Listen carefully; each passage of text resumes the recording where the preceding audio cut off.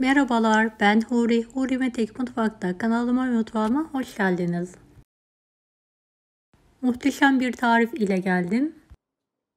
Evde süt, un, biber varsa mutlaka deneyin. Tarifimize hemen başlayalım. Evet, yıkadığım biberlerin baş taraflarını kesiyorum. Toplamda 12 adet biber kullandım.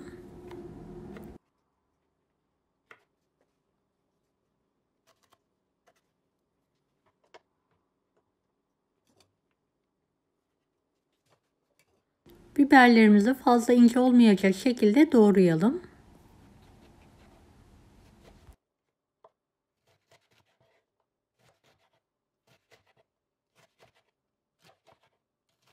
Videomu izlerken buraya kadar geldiyseniz yorum kısmına herhangi bir emoji bırakırsanız bana destek olmak için sevinirim.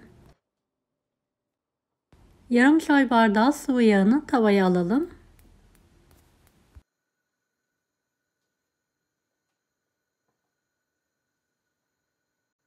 Biberleri üzerine alarak kızartalım.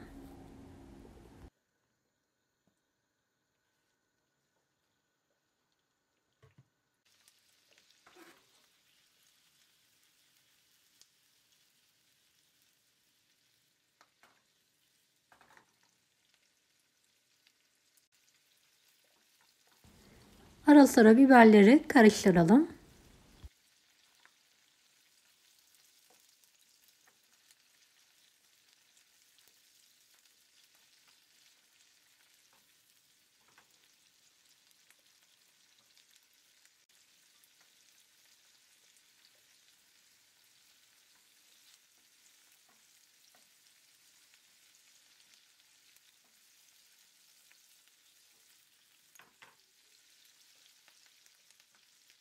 Evet, biberlerimiz öldü. Üzerine 2 yemek kaşığı un ekleyelim.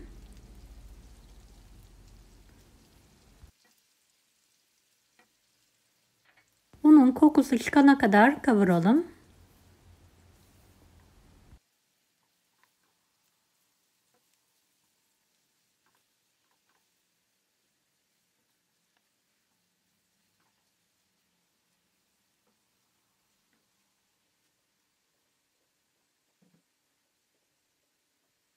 Damak tadımıza göre tuz serpelim.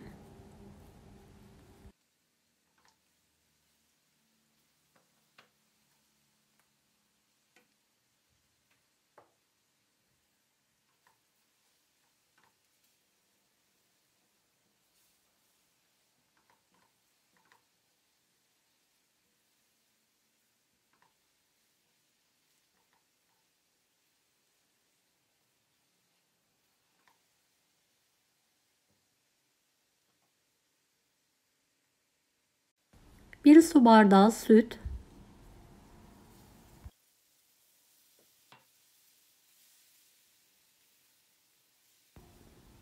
evet, karıştırarak sütün koyulaşmasını bekleyelim.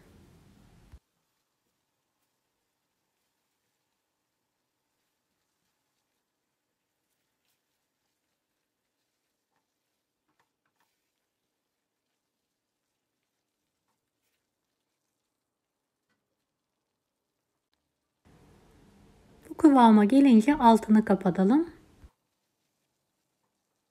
Evet, ekmekle bandıra bandıra yiyebileceğiniz muhteşem bir tarif. Deneyecek olanlara şimdiden kolaylıklar dilerim. Herkese afiyet şifa olsun.